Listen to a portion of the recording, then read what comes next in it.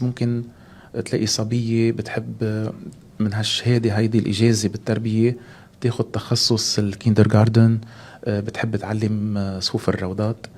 وفعلا صفوف الروضات يعني بتلاقي الأنثى قادرة تعطي بالكيندرغاردن.